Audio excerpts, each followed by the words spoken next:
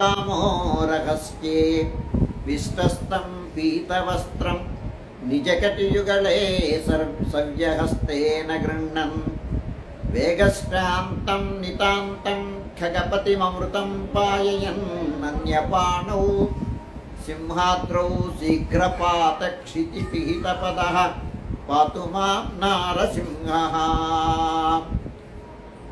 నిన్న ఆరంభించినటువంటి ఈ శ్రీ సింహాచల క్షేత్ర మాహాత్మ్యం భక్తులందరికీ వినిపించడం కోసం చేసిన ప్రయత్నంలో మీ అందరూ భాగస్వాములైనందుకు మొదటగా మీకు అందరికీ ధన్యవాదాలు తెలుపుకుంటూ ఇవాళ 2వ అధ్యాయాన్ని ప్రారంభించుకుంటున్నాం. శ్రీ సింహాచల క్షేత్ర మాహాత్మ్యం 2వ అధ్యాయం. సింహాచల క్షేత్రం గురించి జమునుల వారు అంటున్నారు, విప్రులారా, కృతయుగంలో శ్రీ సింహాచలం 5 యోజనాల విస్తృతి కలది. కలియుగంలో 5 కోసుల పొడగుంటుంది. ఈ సింహాచలానికి అన్ని వైపులా 5 యోజనాల మేర పుణ్యప్రదమైన క్షేత్రంగా క్రిమికీటకాదులకి పశుపక్ష్యాదులకి కూడా ముక్తిప్రదంగా పరిగణింపబడుతోంది. ఈ క్షేత్రంలో నివసిస్తూ ఎల్లప్పుడూ నరహరినే సేవించుకుంటున్న వారి పాపాలు అవి తెలిసి చేసినవైనా తెలియక చేసినవైనా పటాపంచలైపోతాయి. సింహాచలం గొప్పతనం, ఈ క్షేత్రంలో చనిపోయిన వారికి నరహరికి వలనే శంఖచక్రాలు చతుర్భుజాలు ఏర్పడతాయి. అంతేకాదు వారికి పరపదము లభిస్తుంది. ఇక్కడ పుట్టినవారు మళ్ళీ జననీ జఠరవాస క్లేశ నరకాన్ని పొందరు. వారు నిస్సందేహంగా అమరులే అవుతారు. ఈ సింహగిరి మీద మనుష్యులుగా ఉండాలని దేవతలు కూడా కోరుకుంటారు. కిన్నరులు నరులుగా కాకపోయినా వానరులుగానైనా ఈ కొండ మీద ఉంటే బాగుండదనుకుంటారు. సింహాద్రిని నివసించే మానవులు ఎంత ధన్యులు! వారిని చూస్తే చాలు సర్వపాపాలు పోతాయి. ఇతర గ్రామాల్లో ఉన్న వాళ్ళైనా సింహాచల నివాస రసికులతో సంబంధం చేసుకుంటే చాలు ధన్యులు కాదు ధన్యుతములైపోతారు. దేశాంతరంలో ఉన్నవారు సైతం నిత్యము సింహాచలం వైపు తిరిగి భక్తితో నమస్కరిస్తే చాలు పరమపదాన్ని పొందుతారు.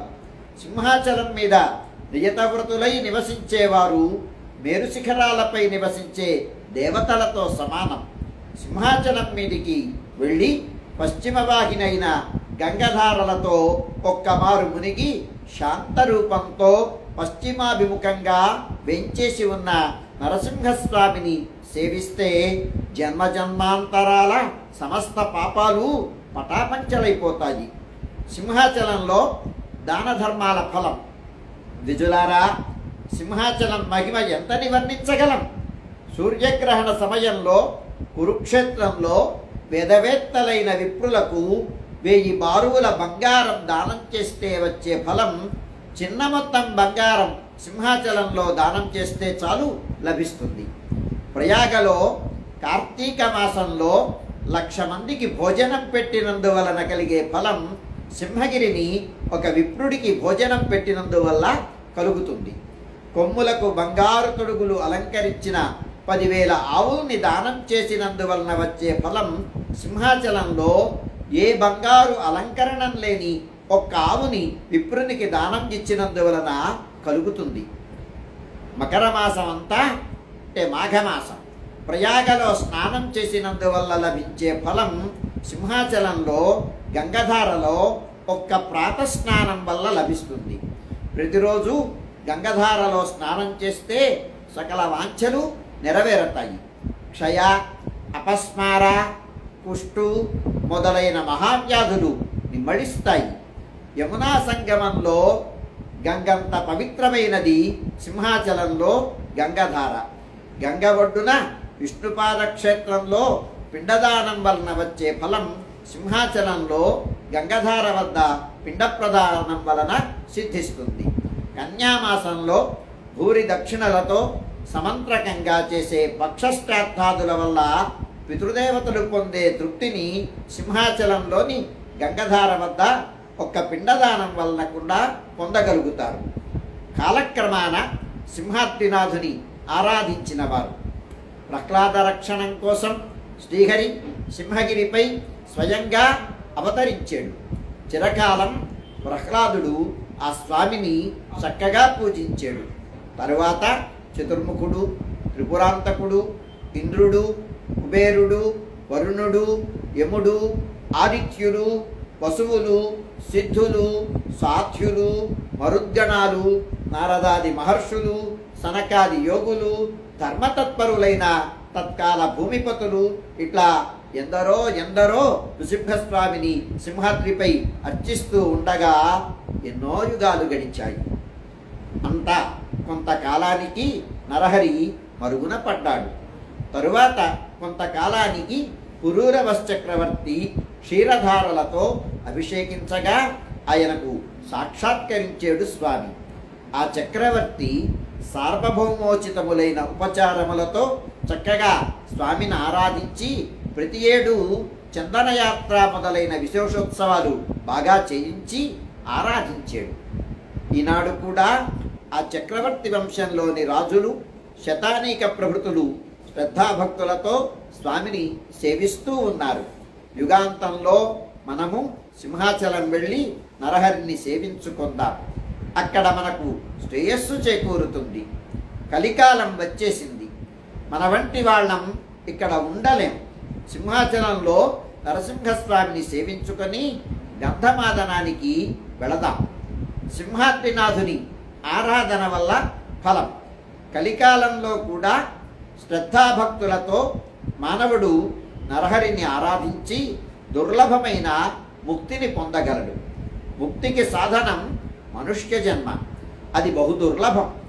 అట్లాంటి మనుష్య జన్మ ఎత్తి సింహాచలం వెళ్ళని వాళ్ళు నిజంగా విధివంచితులే. సింహాచలం వెళ్ళిన మనిషి సంసార క్లేశాలలో మరి పడడు. ఉత్తమమైన పరమపదాన్నే పొందుతాడు. శమదమాది గుణ సంపదలు ఆర్జించుకొని కామక్రోధాదులు విడిచి సింహాచలంలో నివసించిన వాడు నిజానికి జీవన్ముక్తుడే. అంచేత మోక్షార్థి అయిన బుద్ధిమంతుడు అక్కడ ఇక్కడ తిరగటం మానుకొని ఎట్లాగో సింహాచలం చేరుకొని అక్కడే నివసించటం సముచితం. సింహాచల క్షేత్ర మహాత్మ్యం 2వ అధ్యాయాన్ని విన్న 3వ అధ్యాయం. జైమినుల వారు అంటున్నారు, ద్విజులారా, వింటూ ఉంటే అద్భుతమనిపించే సింహాద్రి మహిమ ఇంకా చెబుతాను వినండి. సింహాద్రి ప్రకృతి రామణీయకం. 6 ఋతువులు ఎల్లకాలాల్లోనూ కనిపించే ఆ సింహాచలం మహిమ వర్ణించటం ఎవరితరం? భూమి మీద మహేంద్రం మొదలైన ఎన్నో కొండలున్నాయి. కానీ ఇవేవి సింహాద్రికి సరిరావు. గంగాది నదులు ధారారూపంతో చల్లని నీళ్లతో స్నానం చేసే వారిని పవిత్రం చేస్తూ సదా సింహాద్రిపై ప్రవహిస్తూ ఉంటాయి. ఎల్లకాలాల్లో పూలతో పళ్లతో మనోహరంగా ఉండే ఉద్యానాలు ఆ కొండ మీద ఎన్నో ఉన్నాయి. వాటిలో సంపెంగ, పొగడ, అశోక, మొగలి, మల్లె, పాదిరి, పున్నాగ, గన్నేరు, కడిమి, పనస, కొబ్బరి, మాది, దానిమ్మ, మామిడి, తెల్లతెగడ, నేరేడు, నిమ్మ, మారేడు, వెలగ, ఉసిరిక, మద్ది, తాడి, గిలకతాడి, ఖర్జూర, చింత, తుమ్మికి, పోక, అరటి మొదలైన ఎన్నో పుష్ప ఫల వృక్షాలు ఉన్నాయి. సింహాద్రి దేవతల విహార సీమ. అక్కడి గుహల్లో కిన్నరులు, నాగులు, రాక్షసులు తమ తమ స్త్రీలతో క్రీడిస్తూ ఉంటారు. గంధర్వపతులు ఆ కొండ చర్యలపై కూర్చొని నృసింహస్వామి వైభవాన్ని మధురస్వరంతో గానం చేస్తూ ఉంటారు. అక్కడ బ్రహ్మాది దేవతలు మానవులతో కలిసి నరహరిని కైవారాలు కావిస్తూ కైమోట్లు ఘటిస్తూ భక్తితో సేవిస్తూ ఉంటారు. సింహాద్రి తపోభూమి. షట్కర్మ నిరతులు సద్గుణశాలులు అయిన అక్కడి విప్రులు దీక్షితులై స్వామిని ఆరాధిస్తూ ఉంటారు. అక్కడ ఏకాంత ప్రదేశాలలో దృఢవ్రతులైన మునులు కందమూలాలు తింటూ తపస్సులు చేసుకుంటూ ఉంటారు. సిద్ధులు, జితేంద్రియులు, ప్రాణాయామపరులు, దృఢాసనులు అయిన యోగులు పరంజ్యోతి స్వరూపుడైన నరహరిని మనసులో ధ్యానిస్తూ ఉంటారు. యాత్రికులకు ఆహ్లాదాన్నిచ్చేది సింహనగం. అక్కడ రాత్రి వేళల్లో ఔషధులు దీపశిఖల్లా ప్రకాశిస్తూ ఉంటాయి. చంద్రోదయ వేళ అక్కడి చంద్రకాంతమణులు స్రవిస్తూ ఉంటాయి. గైరికాది ధాతురాగాలంటిన ఏనుగుల గుంపులు తిరుగుతున్న పర్వత శిఖరాల్లా కొండ అంతటా కనబడుతూ ఉంటాయి. పొదల్లో తుమ్మెదలు జంటలుగా తిరుగుతూ ఉంటాయి. కోకిలలు, చిలుకలు, గోరువంకలు మధురంగా కూస్తూ ఉంటాయి.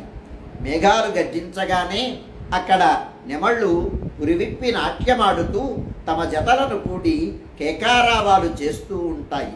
పుష్పడుల్ని మోసుకుంటూ ధారల తుంపురలతో చల్లబడుతున్న పిల్లగాలులు కొండ ఎక్కి వచ్చే తైర్థికులకు శ్రమను పోగొడుతూ మాటిమాటికి వీస్తూ ఉంటాయి. ఇన్ని మాటలెందుకు? భూతలం మీద ఆయా కాలాల్లో ఉండే వింతలన్నీ అక్కడ సింహాద్రి మీద ఉన్నాయనుకోండి. సింహాద్రికి ప్రదక్షిణం చేస్తే భూప్రదక్షిణం చేసినంత అంటే సింహాచల మాహాత్మ్యాన్ని ఎవరు చెప్పగలరు? సింహాద్రి వంటి క్షేత్రం, నృసింహుని వంటి దైవం, గంగధార వంటి తీర్థం ముల్లోకాల్లోనూ లేవు. 4 కాళ్ల జంతువులలో సింహం, మనుషుల్లో విప్రుడు, దేవతలలో చతుర్ముఖుడు, ఋషుల్లో వ్యాసుడు, గోవుల్లో కామధేనువు, లోహాల్లో సువర్ణం, వృక్షాలలో కల్పవృక్షం, తృణాలలో దర్భ, లతల్లో మాలతి, పుష్పాలలో పద్మం, వేశ్యలలో ఊర్వశి, నదులలో గంగా, సరస్సుల్లో మానసం, లోకాల్లో సత్యలోకం, గ్రహాల్లో సూర్యుడు, నక్షత్రాలలో చంద్రుడు, సముద్రాలలో పాలకడలి, దిక్పాలకులలో ఇంద్రుడు, వసువుల్లో వాసవుడు, యజ్ఞాలలో అశ్వమేధం, ఆశ్రమాలలో సన్యాసం, జ్ఞానాలలో ఆధ్యాత్మికం, ఉపాస్యులలో హరి, పురుషార్థాలలో మోక్షం, వ్రతాలలో ఏకాదశి వ్రతం, దీక్షలలో వైష్ణవ దీక్ష, క్షేత్రాలలో పురుషోత్తమం ఎట్లా శ్రేష్టమైనవో శ్రీ మహావిష్ణువు ధరించిన అవతారాలలో నృసింహావతారము అంత శ్రేష్టమైనది. అట్లాగే సర్వపర్వతాలలో సింహాద్రి శ్రేష్టం. గంగాధారతో సమానమైన తీర్థం ముల్లోకాల్లోనూ లేదు, ఇందుకు సందేహం లేదు. క్షేత్రమాహాత్మ్యం చదివితే వింటే వచ్చే ఫలం సకల పాపాలను పోగొట్టే, సకలాభీష్టాలను ప్రసాదించే నృసింహ క్షేత్ర మాహాత్మ్యం మీకు చెప్పేది. దీన్ని చదివినా, విన్నా, వినిపించినా పాపబంధాలన్నీ అయిపోయి వారు స్వర్గం పొందుతారు. వైశాఖ శుక్ల చతుర్దశి విశిష్టత. ఏకాదశి, అమావాస్య, పౌర్ణమి, సంక్రమణం ఇట్లాంటి పర్వదినాలలో విశేషించి వైశాఖ శుక్ల చతుర్దశి నాడు ఉపవాసం ఉండి నృసింహస్వామిని ఆరాధించి ఈ క్షేత్ర మాహాత్మ్యాన్ని విన్నవారు సాక్షాత్తు పరమపదం పొందుతారు.